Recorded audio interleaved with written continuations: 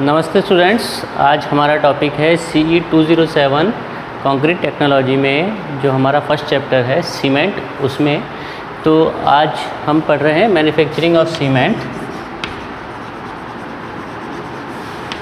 Wait process. तो last lecture में हमने देखा था manufacturing of cement by dry process. इसमें हम देखते हैं manufacturing of cement by wet process.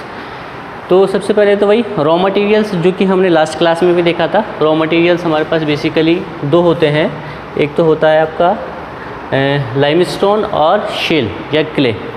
तो लाइमस्टोन या चौक भी आप इसे बोल सकते हैं।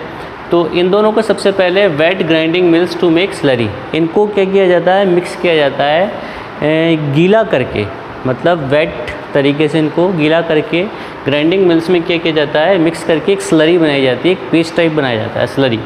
ठीक है, तो अब इसके बाद क्या जाता है, blending of slurry to correct composition. जो कंपोजिशन होना चाहिए कैल्शियम कार्बोनेट, सिलिका, ये जो भी अदर चीज़ें हैं उनको एक करेक्ट कंपोजिशन में इस स्लरी के अंदर क्या किया जाता है, मिलाया जाता है। मतलब इस स्लरी में यदि कुछ एक्स्ट्रा चाहिए तो एक्स्ट्रा ऊपर से डाल दिया जाता है, कम है तो बढ़ा दिया जाता है, ज़्यादा है तो कम करने की प्रयास किया जाता है। तो इस टाइप से blending of slurry to correct composition. इसके बाद स्टोरेज ऑफ करेक्टेड स्लरी, जो स्लरी होती है, जो करेक्टेड स्लरी है, उसका क्या किया जाता है, स्टोरेज किया जाता है। उसके बाद corrected slurry fed to rotary kiln, मतलब जो रोटरी किल्न जो हमने ड्राई प्रोसेस में भी देखा था, जिसके अंदर जो टेम्परेचर होता है 1300 से 1500, कई बार 1700 डिग्री तक भी होता है। तो उसके अंदर इस स्लरी को क्या किया जाता है, फीड किया जाता है। फिर इस रोटरी किल्न से निकलने के बाद जो स्लरी होती है वो आपके क्लिंकर में कन्वर्ट हो जाती है।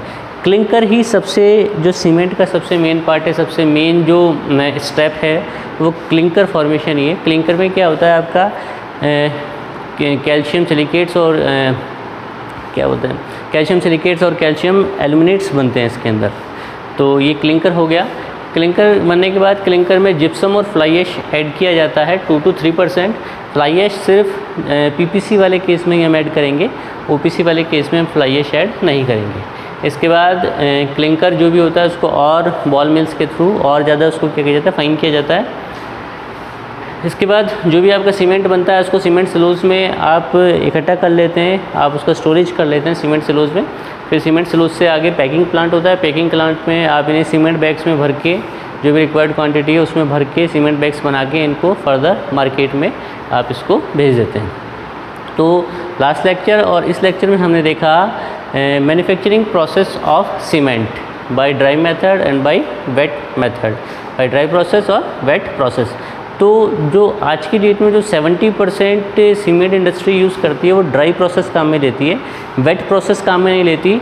जबकि वेट प्रोसेस ज़्यादा इजीली हो जाता है, ज़्यादा दिक्कत नहीं आती और ज़्यादा इफ़ेक्टिव है, ज़्यादा मतलब एफिशिएंसी है इसमें।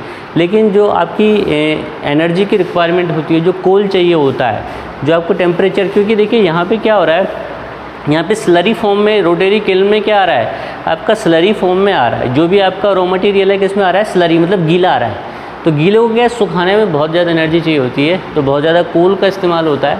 तो और जबकि जो आपका ड्राई प्रोसेस होता है उसमें वो एक पाउडर फॉर्म में होता है। तो पाउडर फॉर्म को वैसे भी हम क्या कर लेते हैं, प्री हीट कर लेते हैं। तो पाउडर फॉर्म प्री हीट हो जाता है आपका। तो प्री हीट होने से यहाँ पर जो इसको क्लिंकर में कन्वर्ट करने के लिए जो एनर्जी चाहिए होती है वो ड्राई प्रोसेस में बहुत कम चाहिए होती है, जबकि वेट प्रोसेस में बहुत ज़्यादा चाहिए होती है। तो ये वाला जो स्टेप है, इस स्टेप के कारण आज की डेट में सीमेंट इंडस्ट्री में 70% इंडस्ट्रीज़ जो प्रोसेस काम में ले रही है वो ड्राई प्रोसेस ही काम में लेती है।